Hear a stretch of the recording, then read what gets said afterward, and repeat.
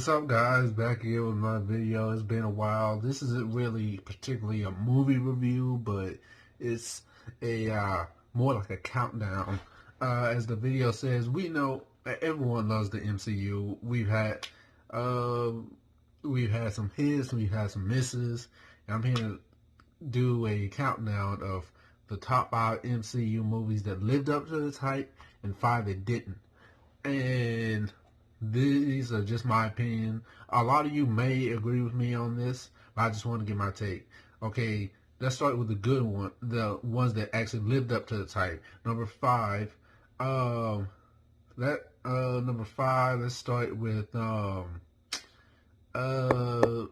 course, Iron Man. Iron Man what started off the MCU, and it was the re-emergence of Robert Downey Jr. It brought life. He brought the character to life, and it really, after his whole personal struggle, it really everyone saw him in a different light, and he took this role and just rolled with it. And they weren't really planning to get anything out of it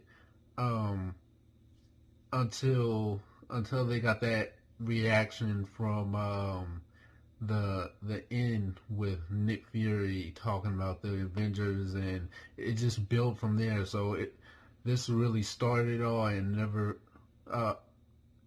if it wasn't for this movie, we would have never had an MCU in the first place. So yeah, Iron Man for number 5. Number 4, I'd say definitely Thor Ragnarok. The first 2 Thors were kind of weakish. The first one was okay. They should have focused more on Asgard rather than him on Earth, if anything. And the second one, it would have been better if there wasn't such a weak villain. And with Ragnarok, it was more, I would say it was kind of more comedy, but it did have some good action in it. And it's probably the best out of the Thor series. Definitely the strongest. Usually in superhero movies, the second installment is the strongest, and the third one is just meh. But this one definitely killed it. A lot of humor, great action. Thor and Loki's sister is really badass, and the banter between Thor, Hulk, and Tessa Thompson also kills it. Is Valk?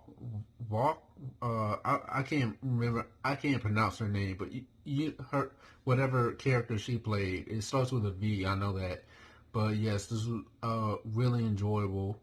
And like I said, one of the rare instances where the third installment of a superhero movie is the best one. So yes, Thor Ragnarok coming in number 4. Number 3, I would have to. Number 3, I would go with.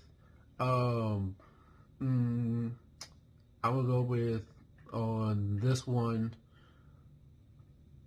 Captain America: Civil War, and this one had introduced us to Black Panther, and we also finally got Spider-Man in the MCU. And I feel like this movie is really great because it showed that the MCU, the superheroes actually have consequences with their actions, and that the stuff that they've been doing in previous movies do affect people and their outlook on how they view the Avengers. And that tug of war between Tony and Steve is really strong,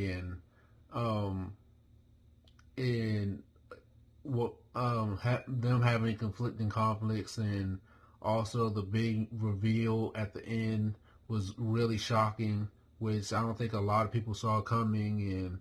And the airport scene, of course, that we all know and love, which was really cool. But yeah, Civil War number three, coming in number three. Number two, of course, one of my favorites, Captain America: Winter Soldier, another Captain America movie.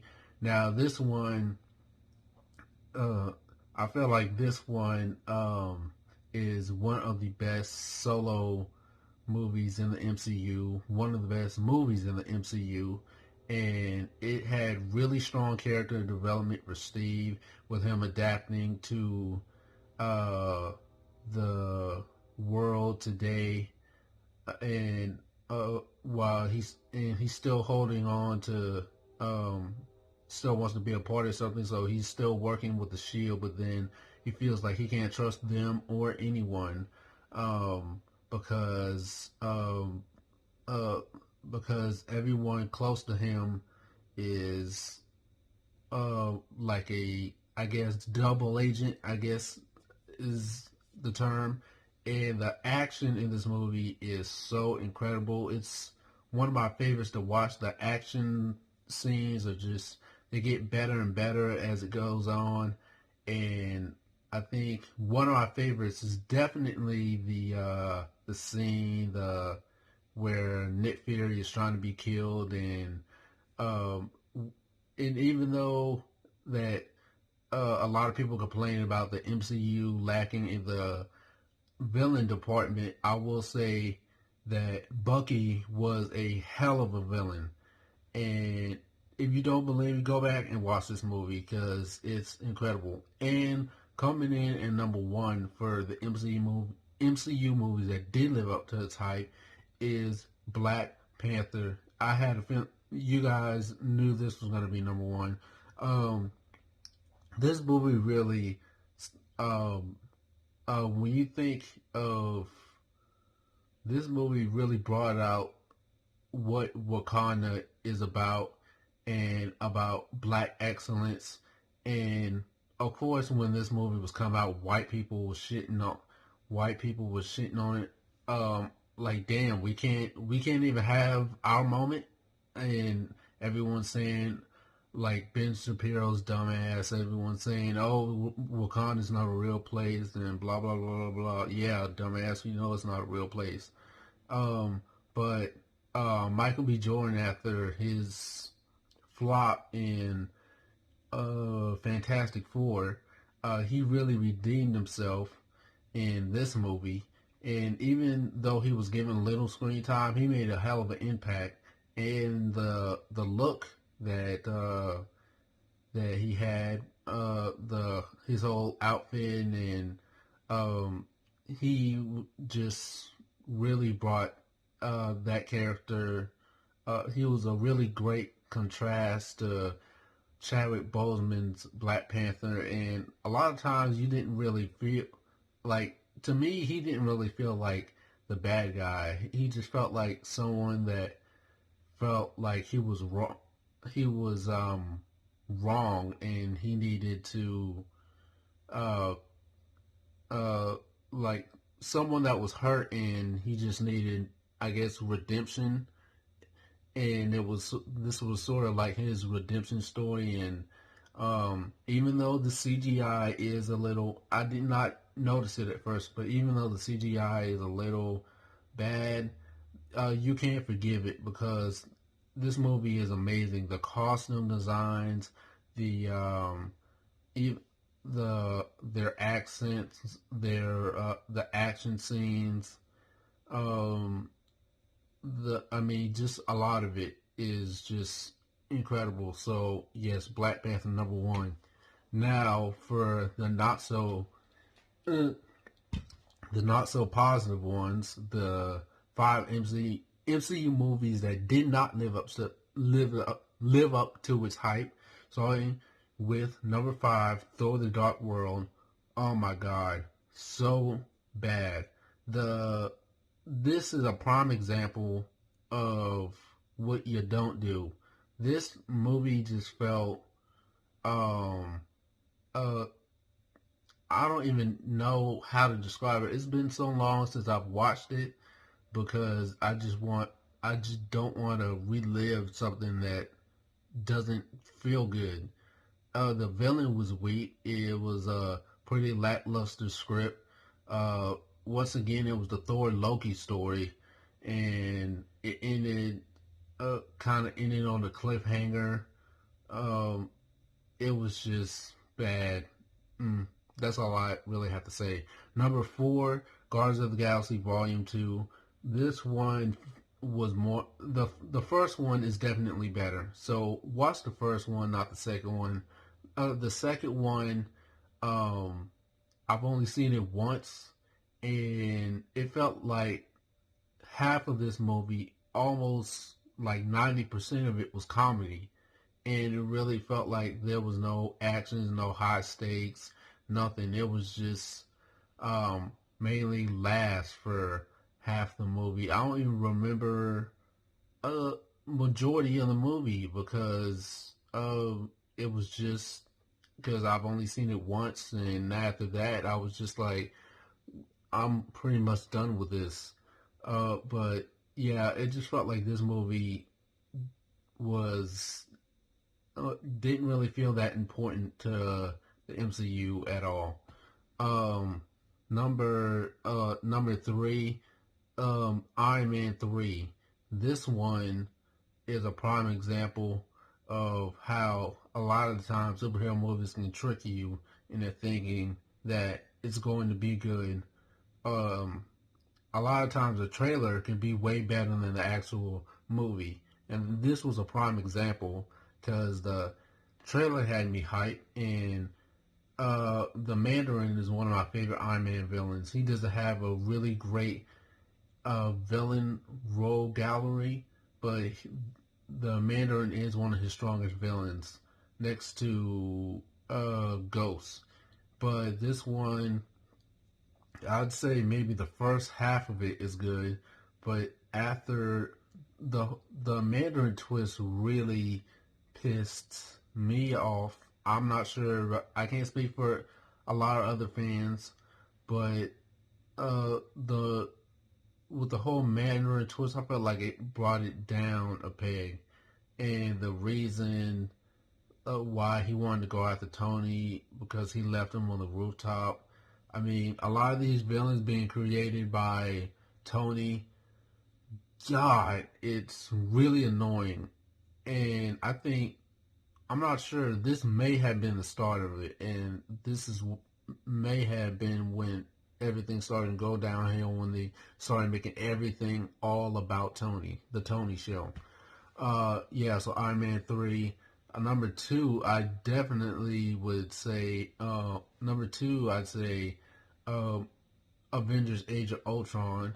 Now, if they, Ultron only got about 16 minutes of screen time. He didn't get that much, just like Killmonger, but Killmonger was a bit way better villain than than than Ultron.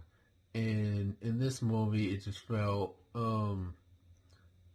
and with Quicksilver, a lot of fans were not pleased. I was one of them. A lot of fans were not pleased that they just killed him off. They just needed someone to die, and that's the only reason that they killed him off. Excuse me. But yeah, if you really want to see how Ultron should be done in a movie or how he should be done on screen or whatever, watch Earth's the Avengers Earth's Mightiest Heroes TV show, the one that came on Disney XD, because that Ultron was really badass. But yeah, Age of Ultron, number two, and finally number one for the MCU movies that didn't live up to its hype, I would say Captain Marvel. Now, I don't see really how some people like this movie. It's really disappointing. The whole villain twist was just stupid. It didn't really come off as a surprise to me. I was just like, oh God, again, because they've done it before. They done it with Iron Man 3, and it wasn't good at all. The whole villain twist, who the actual villain is, and uh, they just do that for shock value a lot of the time, and it always misses the mark. And even though I love Marvel, I will admit that sometimes their ideas are not always the best in execution. And the way Nick Fury lost his eye, that was just dumb. It didn't make sense. The the way he presented it in Winter Soldier when he said that last time he trusted someone he lost an eye, a lot of fans really wanted to see the really wanted to see uh, what happened to him, what happened to his eye and everything. And when we finally got it, we was just like, wait a minute, that's it? A lot of people wouldn't even count it. I would choose to ignore that because they just did that just to think, just to just for comedy reasons, and that's it. And the whole amnesia thing needs to be stopped. They've done it before with the whole superhero having amnesia and stuff like that. They've done it in Bumblebee. They've done it in the Iron Giant. I mean, yeah, it's really old and annoying. Uh, but yeah, that's it. My 5 and 5. But let me know what you guys think. What are some MCU movies, in your opinion, that lived up to its hype, and the ones that didn't? Do you agree with my list? Do you disagree with my list? Let me know. Don't forget to like, share, comment, subscribe. Give your thoughts in the comments below, and I'll see you guys in the next video. Peace.